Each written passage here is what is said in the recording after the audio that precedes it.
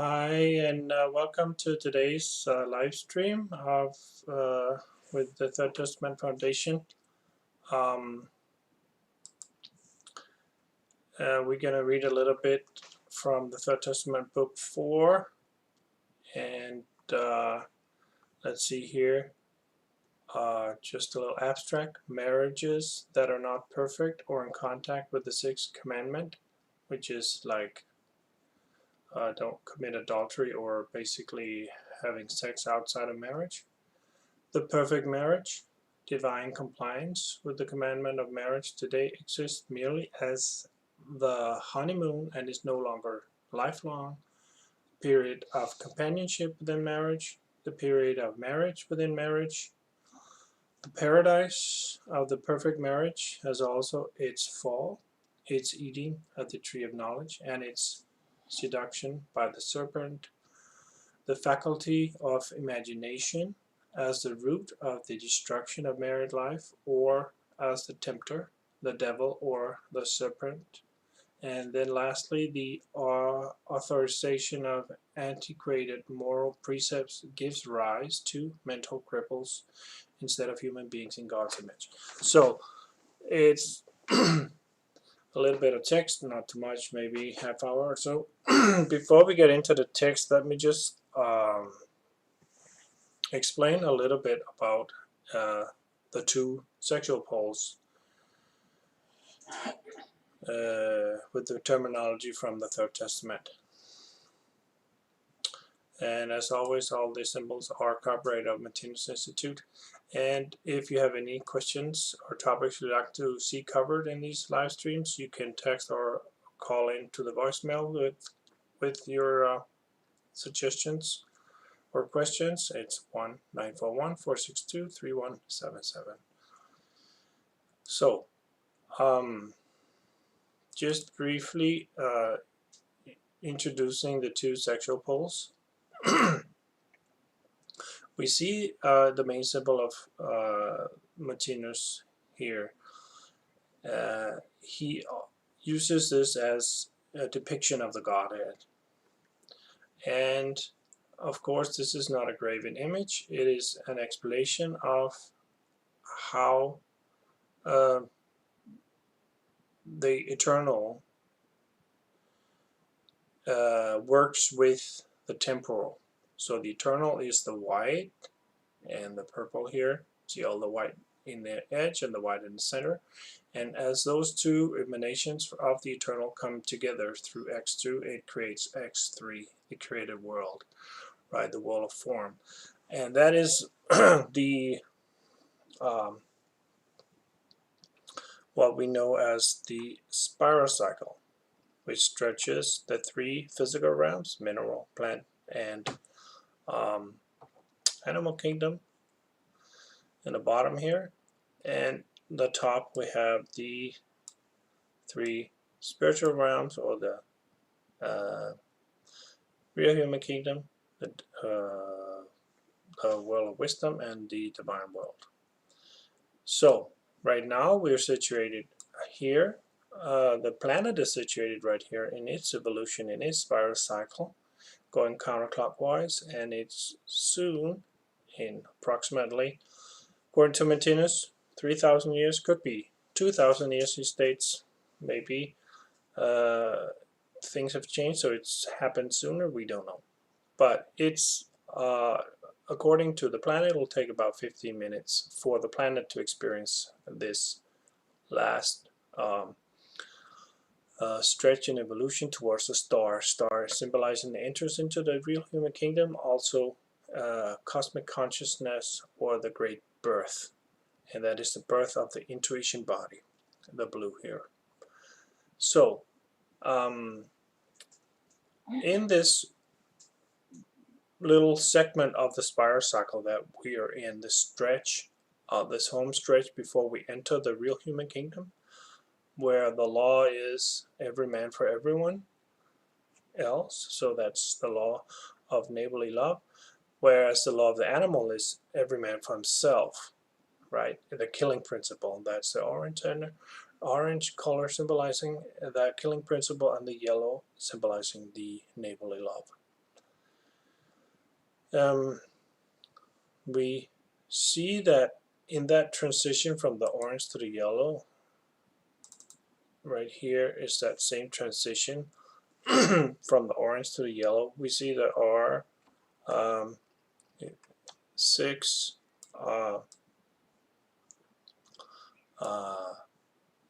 evolutionary stages: 1, 2, 3, 4, 5, 6.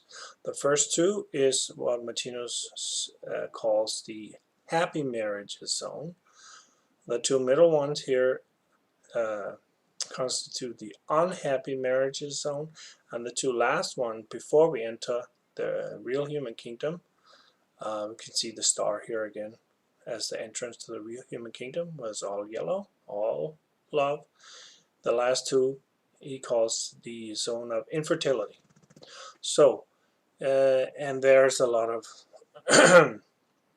different thought climates, and you can read more about the symbol in the Eternal World Picture, Volume 3. If you're interested, it's symbol number 33. You see here on the right, there are these 2 pole structures, the green and yellow. So that's basically a man and a woman. You have a man here with a culminating green, or green dominant, very little yellow. So that means his male pole is dominant, relative strength dominating, and his female pole, symbolized by the yellow color, is almost latent. But as evolution goes on, and as this male enters the real human kingdoms, again symbolized by the star over here, cosmic consciousness, the great birth, we see that there's balance in the 2 poles. So that means his male pole, primary pole, signifying the sex of his physical body, is in balance with his secondary pole, which is his human pole, and that is his feminine pole. That's also known from psychology and the terms of animus and anima. We see again here is a woman, predominantly yellow, culminating here. So that means her female pole is dominating in relative strength to her male pole, which is the latent green here.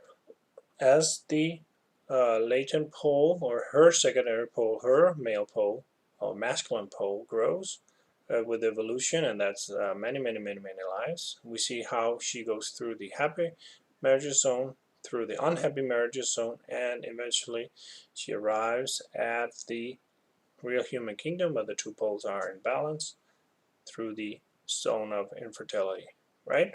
So those 2 poles, when they are in balance, we have what we know as androgynous beings, and those are beings that have cosmic consciousness. So right now most people are in the 2 zones right here, the 2 middle zones, which Martinez calls the unhappy marriages zone. So very few people are in the 2 last zones before the cosmic birth, which is the zone of infertility. We will read a little bit about the marriage and what Martinez states about the marriage.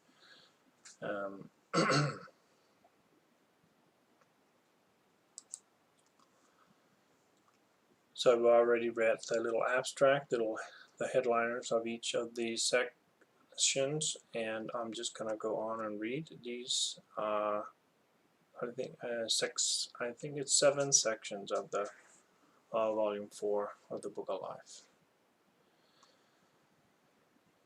But in addition to the marriages mentioned here that result in divorces and new marriages, there are also marriages that last an entire terrestrial lifetime.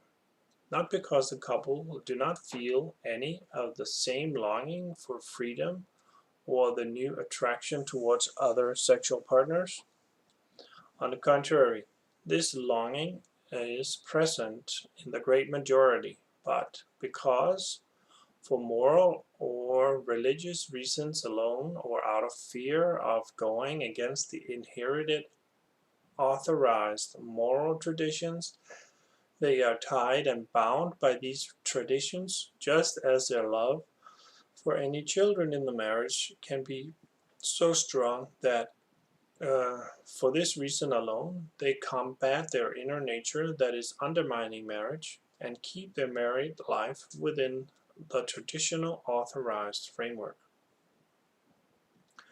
But marriages in which the traditional marital customs are not observed solely on the basis of the couple's amorous love for one another or most profound sexual attraction, but must be shored up by traditional moral views and fear of people's opinion, criticism, and scandal, or marriages that are maintained absolutely only by the couple's conscience or feeling of duty and fidelity to a promise once given, and by reluctance to cause or fear of causing the other party sorrow, are neither 100% happy marriages nor 100% in contact with the sixth commandment or God's words to Adam and Eve about marriage, which is to not commit adultery or have sex outside of marriage, right? The partners in such a marriage are not the perfect, inspiring source of life for one another that, according to the law of marriage, they ought to be, since the beings in no small degree feel attracted towards other beings or sexual partners. Even though they keep it hidden or under control, they still commit adultery. Did not Christ say that whosoever looketh on a woman to lust after her hath committed adultery with her already in his heart? In its most profound analysis, a marriage is indeed something else, something more than the loose connection that today's young couples have had authorized with the blessing of the state in churches or town halls. The perfect marriage can be revealed or be present only where it constitutes an absolutely lifelong mutual amorous love in each of the parties, thus ensuring that they are just as happy and mutually indispensable for one another in the days when they are turning gray as in the years of their youth. Their married life thereby making all the days of their terrestrial life a honeymoon. Only here do we find the perfect married life or marriage instituted by God. And where this is present, it does not need to be bound or shored up by any outer legal or ecclesiastical formalities erected by others. The couple's joy in being the all-outshining satisfaction of one another's mutual highest desire is the most perfect mental or physical regulator that can exist in the married life of the two beings. It is the 100% fulfillment of God's commandment to Adam and Eve about being one flesh. But where is this divine fulfillment of marriage today? Does it exist at all among terrestrial human beings? Yes, it does exist, but it has long since ceased being a lifelong phenomenon. It is present, as already mentioned, only during the first period of marriage when it constitutes the so-called honeymoon. During the rest of the being's married life, through the many years leading up to the days of maturity and old age, it no longer occurs. Here its dependent mental force has more or less gone out of the being's married life and must be replaced by the well-known moral or judicial laws of marriage. These laws are thus set up as a kind of buttress to sustain the purely outer appearance or material remains of the divine marriage after its marital mental supporting force has ceased to function at the end of the honeymoon, and it has thereby become lifeless and now exists as a mere formality.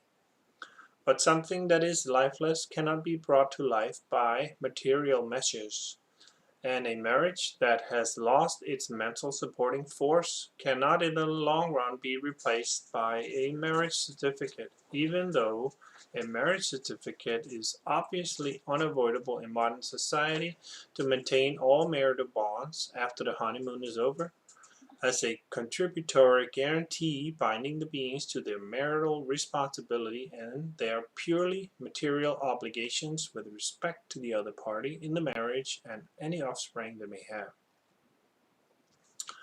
Marriage, in its perfect or original pure state, where it makes the beings one flesh, thus exists among terrestrial human beings only during the honeymoon period of current marriages.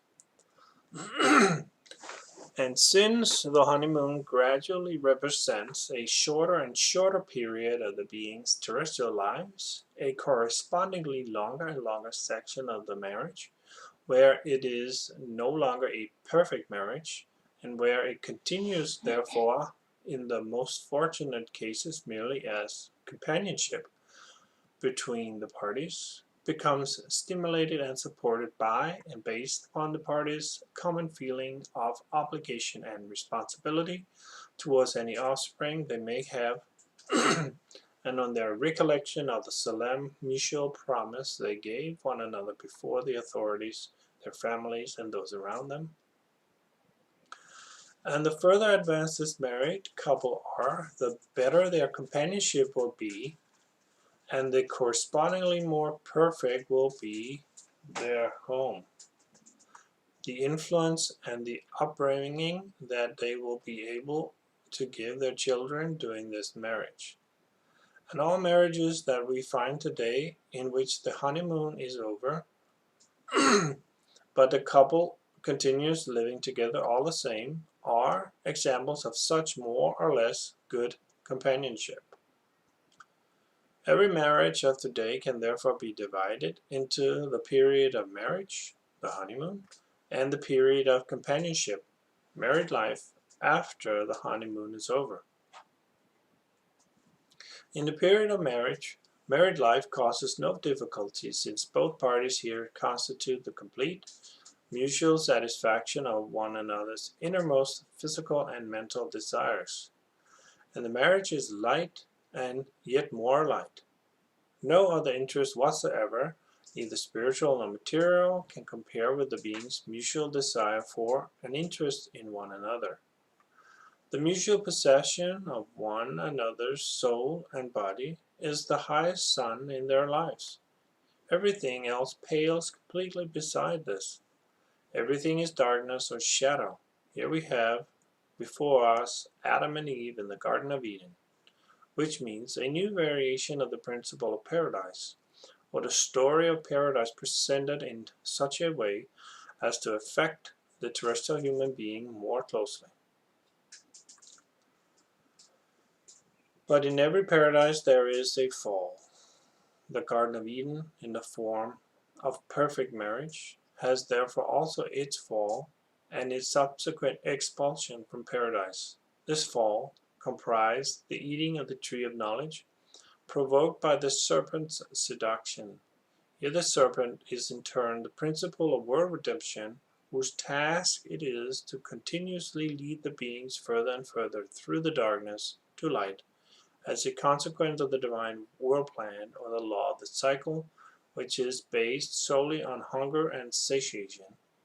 In the perfect marriage, which means during the honeymoon of the marriage, Adam and Eve, through the lavish, all-eclipsing enjoyment of one another's soul and body, gradually become satiated with one another. A corresponding longing or hunger for a change, that is, for a new variation of happiness or satisfaction of desire, therefore arises in their consciousness. This longing or hunger is stimulated and promoted by the events in and the experiences garnered from the being's external surroundings. The sight of other beautiful beings than the being's own spouse makes a strong impression, and to the degree that the terrestrial human being has developed its faculty to think, To the same degree can it, from the impressions made on its consciousness by strangers of the opposite sex, form in advance a vivid fantasy or imaginary experience of how wonderful it would be to have relations with such a sexual partner. And the more perfect and vivid it can make this imaginary experience, the more intensely it gives rise to a longing or hunger to experience it realistically, physically, and bodily with the partner in question. And here we have arrived at the root of the downfall of all married life. It is this imaginary or intellectual experience of sexual satisfaction with a partner outside marriage that Christ, in the quotation cited in section 1206, expresses as committing adultery with the being in one's heart.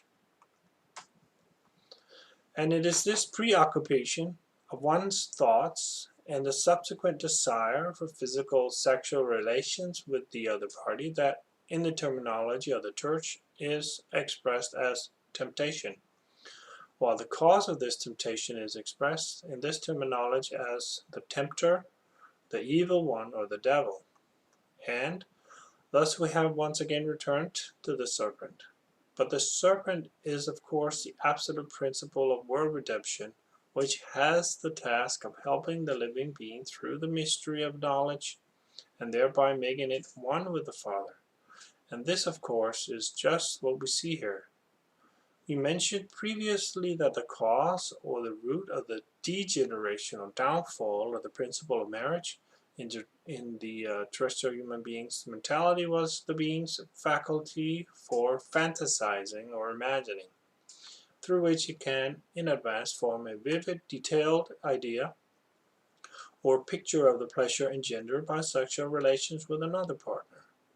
This faculty, and that which produces or develops this faculty, is thus the deepest cause or root of the many divorces or the being's growth out of the principle of marriage. Terrestrial mankind must thus change its moral points of view in all the areas where evolution has changed the being's organic structure and their corresponding claims on life arising from this structure. Only by the authorized moral precepts continuously being on the same level as the human being's evolution can this human being be brought into harmony with the laws of life and thereby be granted the complete happiness of its step.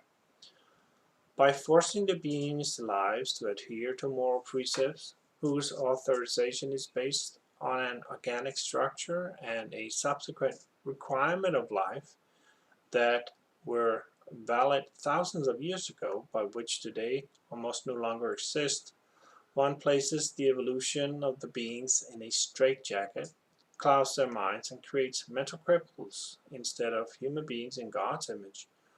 It is such mental cripples that today make up the sphere of perversity with all its various nuances and details. So when we look at these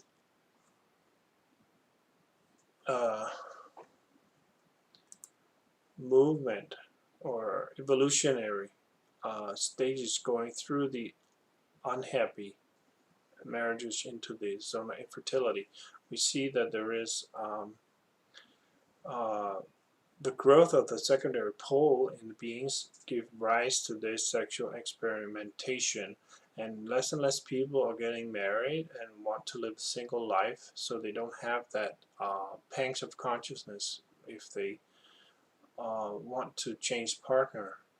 So but also they have less and less desire to have children and create that family and take care of the children, so they are more and more longing to be not living with one partner and raising kids, but they are more in this zone of infertility. So we're actually growing out of the institution of marriage to becoming free individuals, but that doesn't mean that we keep changing partners sexually. it actually means that we have less and less a sexual drive to procreate. So we have more and more interest in other beings as human beings and not as sexual partners. So the sexual drive will decrease as we go towards this star, the cosmic birth, right, and the balancing of the two poles. What he talks about when he says the hunger and satiation, and there is of course there's a time when we're hungry for marriage and living that life, and then there's a time when we are satiated with the marriage.